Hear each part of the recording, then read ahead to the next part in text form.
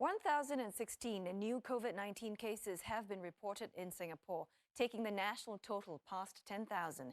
It's the third straight day we've recorded more than 1,000 new infections. And the Health Ministry says the vast majority of them are work permit holders living in foreign worker dormitories. 15 of the cases are Singaporeans or permanent residents. The ministry says details of the cases are still being worked out.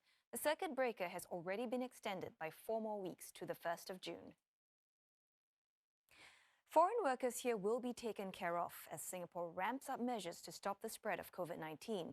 Law and Home Affairs Minister K. Shanmugam has said this during a visit to Westlite Papan, where he held a dialogue session with about 80 workers to find out their concerns. Singapore has seen a recent spike in COVID-19 cases, the bulk of them workers living in dormitories. Well, Mr. Shanmugam was accompanied by NTUC Secretary for Financial Affairs Arasu Duraisame and Muhammad Aziz Khan, founder and chairman of one of Bangladesh's largest conglomerates. Workers were reassured that they will continue to be paid and that their health and well-being will be looked after. It's tough to be cut off and be in a room most of the time, but they understand.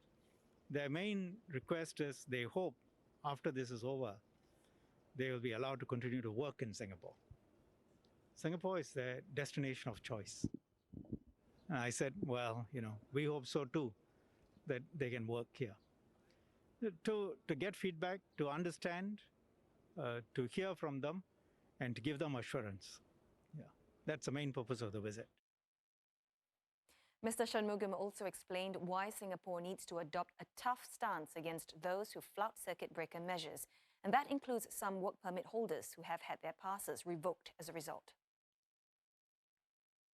The message has to go out very clearly that, you breach the rules, very severe action will be taken. This is one where the health of the entire community, we want to stop the spread, and everyone has to observe the rules.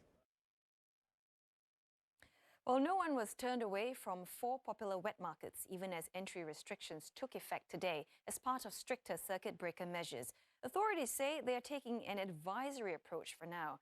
The new rules regulate entry at those markets based on identification numbers. It's a little after 7 a.m. and queues have already formed here at the popular Geylang Serai market. Even though it's a weekday, the place was more packed than usual. Enforcement officers were also here to check on people's particulars due to the new restrictions.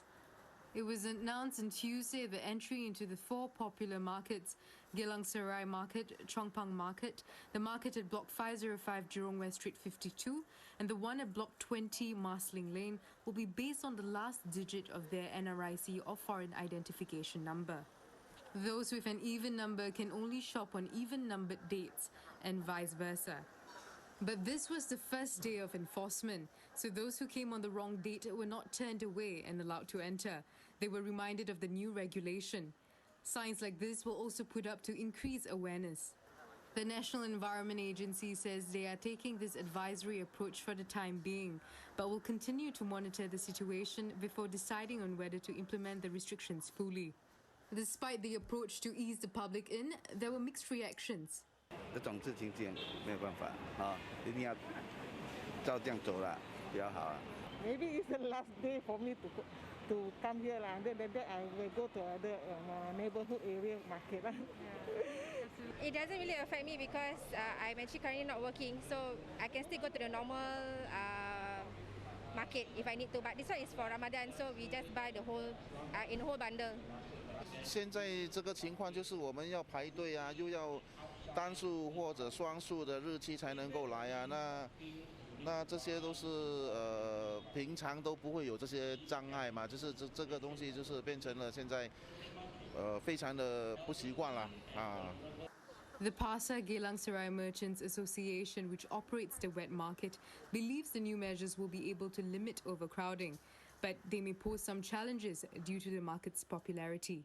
It's too early now because this is the first day. All the stallholders, all the outside, they're doing all the restaurant and everything. Usually they buy from this market. They like to buy here. The nearby Hague Road market is not subjected to the new measures, but safe distancing was still strictly enforced here.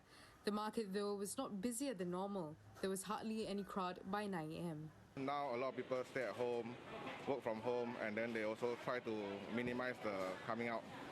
Mr. Ho says business has dropped by about 30% since the circuit breaker measures were implemented.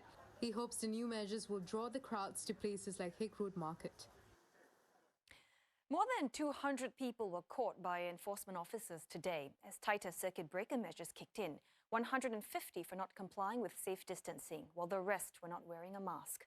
Environment and Water Resources Minister Massago Zulkifli has once again urged people to stay home as much as possible in order to help bring down local transmission numbers.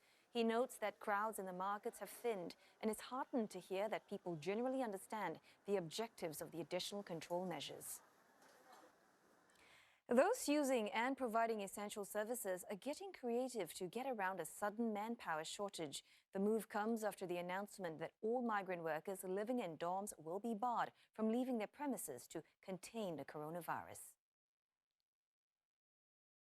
Before the pandemic, plumbing company Christo Singapore had 9 workers on the front line. But with foreign workers not allowed to leave dormitories, that number has been halved. The firm's remaining workers are elderly and have been discouraged from heading out to work. That's left the boss to hold the fort alone. He's even had to rope in his son to help out. And in a typical month, they can have nearly 100 customers. It's actually quite a big problem because at the current situation, we are unable to get any alternative source for workers. So some of the regular customers actually called me last few days, so we have to turn down their job. Mr. Phua isn't the only one in a bind.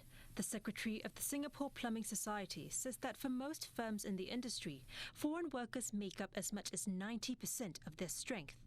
He's using other ways to deal with the extreme labor crunch. One customer called me and said that there are 4 track that got choked. So what I can do, I can guide him over the phone how to clear the choke temporarily. This is what I can do.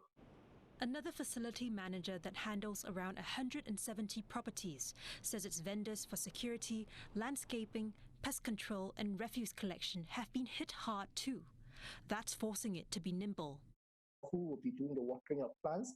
Who will be raking the leaves in the landscape areas? Because otherwise we may create another problem because dengue outbreak itself is around the corner as well. We are also very mindful that we need to cut down the number of essential services. So we are thinking of ways, to help us do automation is one of them itself that we are looking at itself. For example, we are looking at auto sprinkler system to be placed in certain locations. Refuse collection, which usually happens daily, could now also be once every 2 days. They're also considering closing off some vehicle entrances to ease the shortage of security guards.